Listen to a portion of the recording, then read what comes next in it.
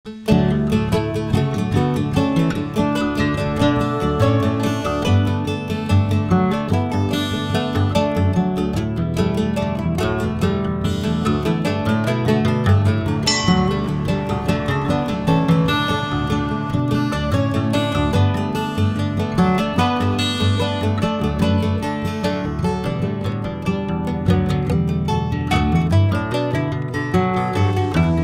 yung history. So, pwede nyo pong basahin at i-post.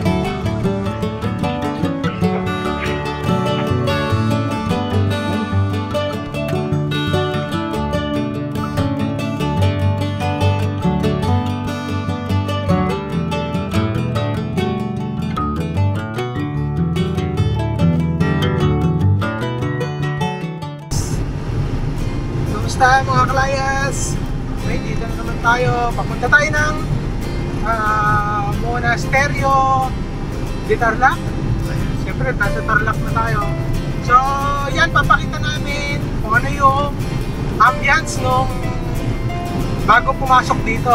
So, ilalagay na lang namin yung link na kung saan yung ruta. Ano naman yun? Automatic naman yun.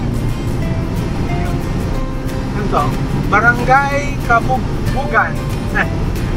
Kung tama ba pronunciation ko, paano na lang po, pa-comment na lang po. So, balikan natin kayo pag malapit na at papasok na, nandun na kami sa gate. Oh, ganda! Ay, yan.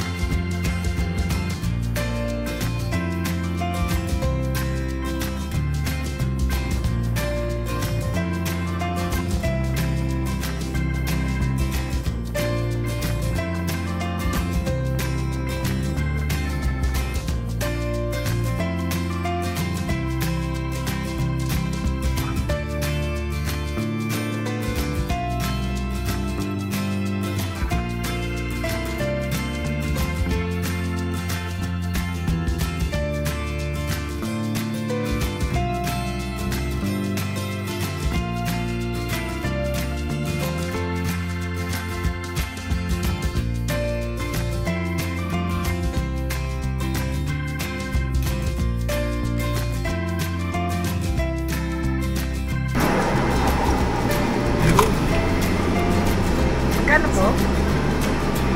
Hot per car? Donation. Donation. Yung 50 pesos ang Per car, hindi per day. 50 pesos per car. Donation. Yan, 50 pesos per car. So na po, pagpasok niyo, ayun. Matitirik pa rin yung matirik. May eco park dito. Eco park din. Pag kumaliwa ka, monastery, pag diretso eco park.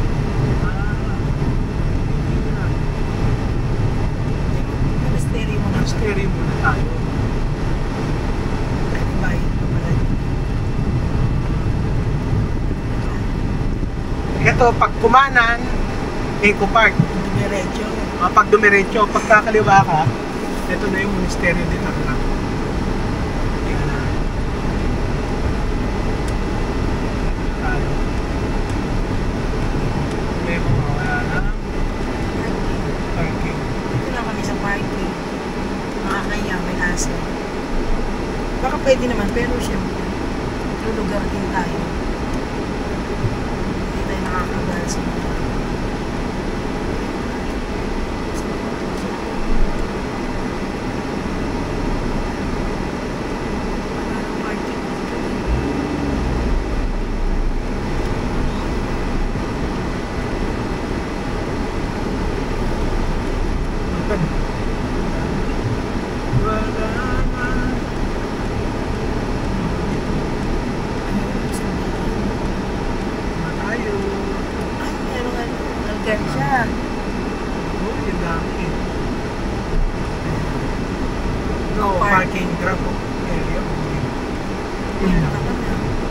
Diretso na lang tayo.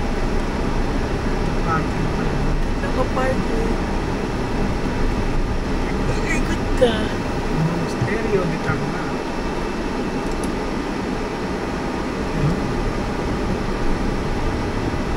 Sarap ang area. At least nakikita natin.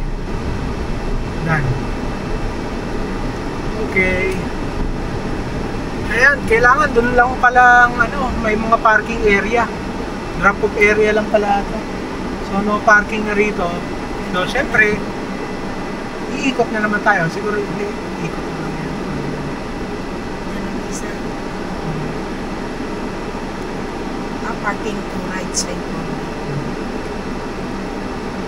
Ay, yung kailan. May mga kainan pala rito ah.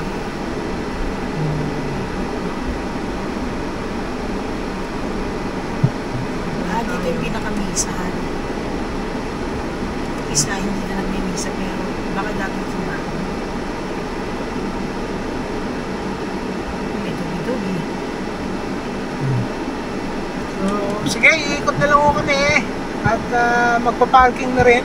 Sana doon na lang tayo nag-park kanina para hindi na nakaiwas ng ikot dito. Dito tayo nag-park. Ayan. Yung mga unang parking 1, 2. Tapos ito yung 3. Dito tayo sa 3. Tapos yan, paikot yan. Dito na tayo galing kanina.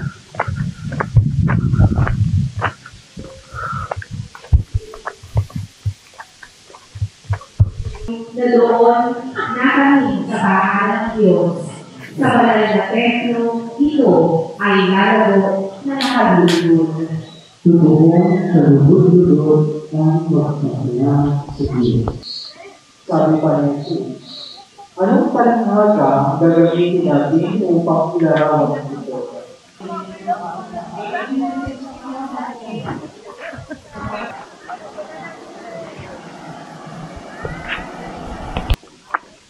Yeah. Dito tayo. Monasterio de Tarlac. History. Yeah. Ito yung history. So, pwede nyo pong basahin at i-post. Yeah. Sa page naman nila yan.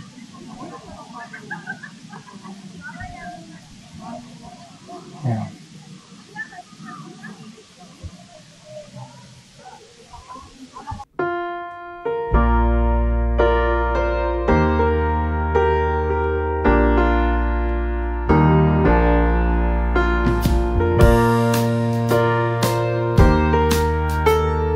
The Monasterio de Tarlac is a Catholic monastery on top of Mount Resurrection, part of the Zambales mountain range on the island of Luzon in the Philippines. It is part of the Mount Resurrection Eco Park in Barangay Lubagan, San Jose, Tarlac. It houses a relic believed to be a fragment of the true cross of Jesus.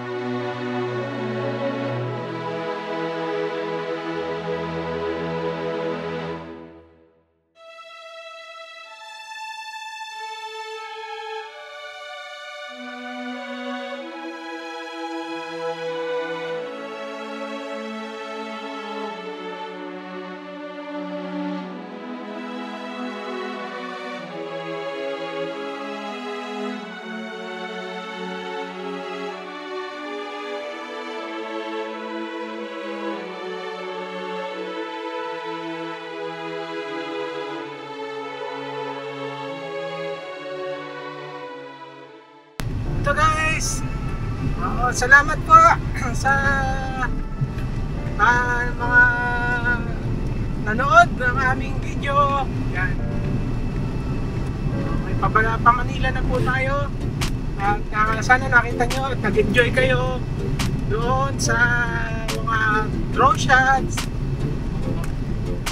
At doon po sa mga subscriber natin na hindi makapunta dahil may sakit, hayaan nyo po si Lord ang lumabay po sa inyo para po mapagaling kayo. At maraming salamat po at nag-enjoy nga kayo sa aming mga video. At kahit na hindi po kayo makarating dito, sana na nagawa namin ng magandang video para makita nyo ng parang nakapunta na rin kayo. At ito, pauwi na kami. At nakita nyo naman yung grabing layo pala nito. Parang sa exit yata ng ng North NLEX is NLEX na no? Kapas Tarlac. So medyo ano din pala, malayo-layo din. Guys, ang ganda ng view, oh. First time namin makadaan dito. Makapas kami, Kapas. Kung anong part ito, pang hot spring eh. Basta nasa nandito tayo. Musunod lang kami, wala nang Waze. Wala na rin Google Map. Basta pa Maynila. Ang galing. Dami mga ano dito. Dami pa namang gas. So, balik natin. Ano labas natin? Baguio na. Naligaw na.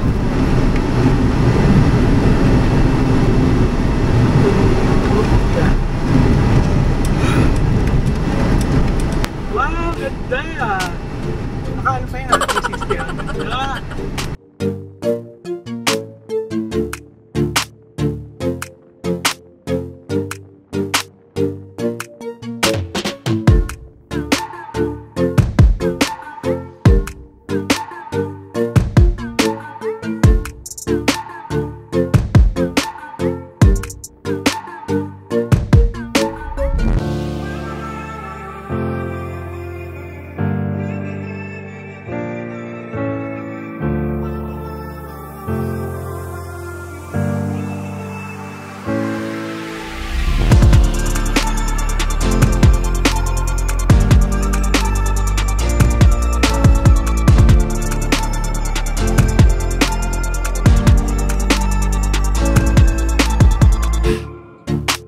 Thank you for watching.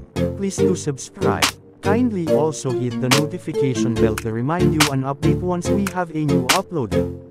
Maraming salamat. Minsan na din bang napuntahan namin ang inyong lugar, probinsya o ang inyong bayan?